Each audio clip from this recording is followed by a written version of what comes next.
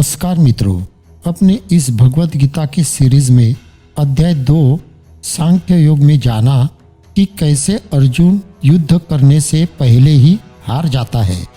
तभी भगवान श्री कृष्ण अर्जुन को उपदेश देते हैं कि तू अपना कर्म कर, फल की चिंता मत कर, फल तू मुझ पर छोड़ दे।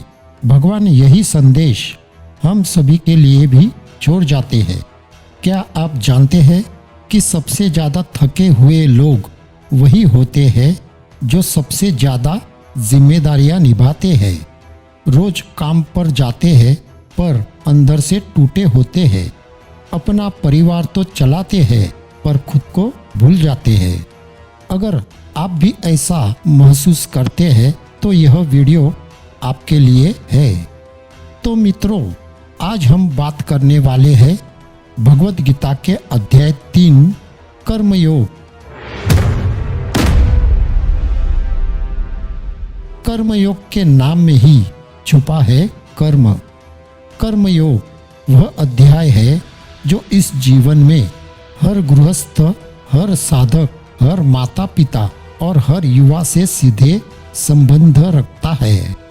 आपने देखा कि कुरुक्षेत्र की भूमि पर अर्जुन खड़ा है और देखता है कि सभी अपने भी युद्ध के लिए तैयार खड़े हैं, पर असली युद्ध बाहर नहीं, उसके मन के भीतर चल रहा है। अर्जुन श्री कृष्ण से कहता है कि हे प्रभु, अगर ज्ञान सबसे बड़ा है तो फिर यह कर्म, यह संघर्ष और यह युद्ध क्यों? मित्रों, यह सवाल सिर्फ अर्जुन का नहीं है, यह सवाल हम सभी का भी है। हम भी तो कहते हैं कि जब सब भगवान ही कर रहे हैं तो जीवन में इतना संघर्ष क्यों? तभी भगवान श्री कृष्ण मुस्कुराते हैं और अर्जुन को कहते हैं कि हे अर्जुन, इस संसार में कोई भी मनुष्य एक क्षण भी बिना कर्म किए नहीं रह सकता। कर्म करना जीवन का स्वभाव है। शरीर, मन, बुद्धि सब प्रकृति के गुणों से प्रेरित होकर कर्म करते ही है। सच्चा मनुष्य वही है जो मन से इंद्रियों को संयम में रखकर अपने कर्तव्य करता है। कर्म से भागना न ज्ञान है, न योग है, ना ही मुक्ति का मार्ग है और ना ही समाधान है, बल्कि कर्म को सही भावना से करना ही योग है। जब हम केवल फल के लिए कर्म करते हैं तब वही कर्म बंधन बन जाता है, और जब हम कर्म को ईश्वर को अर्पित कर देते हैं तब वही कर्म हमें बंधन से मुक्त कर देता है। जो व्यक्ति बाहर से कर्म छोड़ देता है लेकिन मन में इच्छाएं रखता है, वह सच्चा त्यागी नहीं है। परंतु जो व्यक्ति कर्म तो करता है पर फल की लालसा नहीं रखता, वह वास्तव में कर्मयोगी है। केवल भारी त्याग से ही कोई महान नहीं बनता, बल्कि अंतःकरण का त्याग ही सच्चा त्याग होता है, जो हमें सिखाता है कि अपने जीवन की भूमिका को बिना स्वार्थ और मतलब से निभाना। सच्चा कर्मयोगी वही है जो कर्म को अपना धर्म समझकर करता है। उसके बदले में ना किसी से कुछ अपेक्षा रखता है और ना ही किसी की उपेक्षा।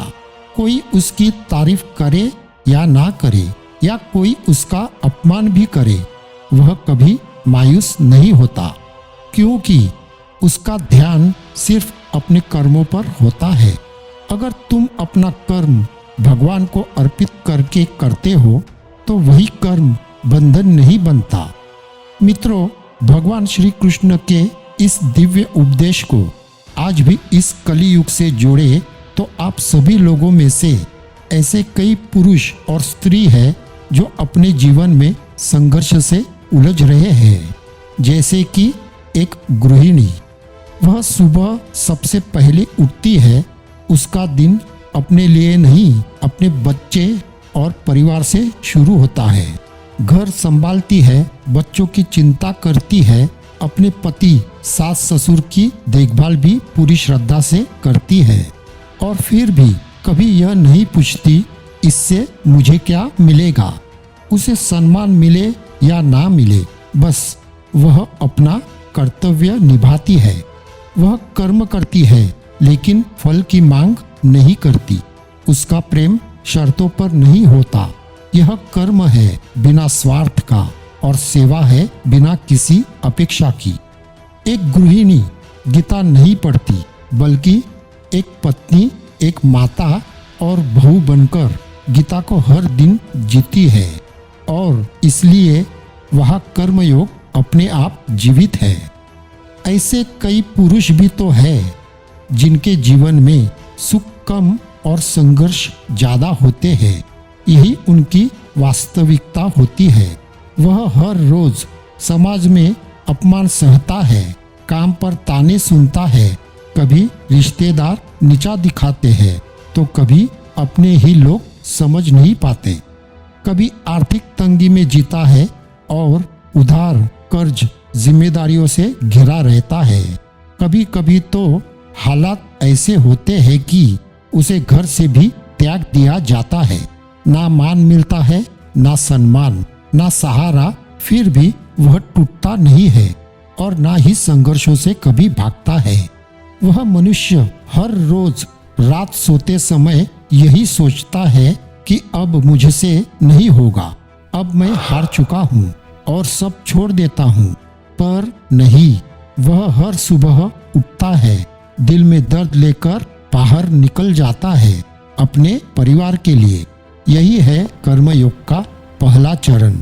फल की आशा नहीं, केवल जिम्मेदारी। मित्रों, वह मनुष्य रोज यह नहीं सोचता कि मुझे कौन धन्यवाद देगा, कौन मेरा सम्मान करेगा। वह सिर्फ यही सोचता है कि बच्चों की पढ़ाई चलती रहे, माँ बाप को दवा मिलती रहे, घर का चूल्हा जलते रहे और मेरे परिवार को सुख मिलते रहे।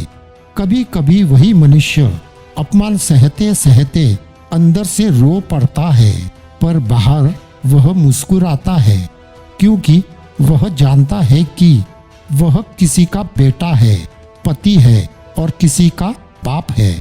इसीलिए उसे कर्म करना है। उसके जीवन में पैसा नहीं, पर संयम है। वह संघर्ष से जीना सीखता है, अपने सुख काटता है, पर परिवार का मान बचाए रखता है। उसका पसीना, उसकी चिंता, उसकी चुप्पी यज्ञ की आहुति है। यही है निस्वार्थ कर्म। जो मनुष्य अपमान सहकर भी अपना परिवार चलाता है, वह कमजोर नहीं है, वह कर्मयोगी है। भगवान उसी के कंधे पर सबसे ज्यादा जिम्मेदारी रखते हैं। हो सकता है दुनिया उसे असफल कहे, समाज उसे कमजोर समझे, रिश्ते उसे छोड़ दे, पर गीता कहती है जो अपने कर्तव्य से नहीं भागता वह कभी पराजित नहीं होता। भगवान ऐसे ही मनुष्य से कहते हैं, तू कर्म कर रहा है, मैं तुझे देख रहा हूँ। दुनिया न माने पर मैं जानता हूँ तू मेरा कर्मयोगी है। यही है अध्याय 3 का सार। जो व्यक्ति अपमान, सुख दुख, लाभ हानि में समभाव रखता है वही योगी है। वह मनुष्य किसी ग्रंथ को नहीं पढ़ता, पर गीता को जीता है, और इसको ही कहते हैं कर्मयोग। जय श्री कृष्ण। श्री स्वामी समर्थ।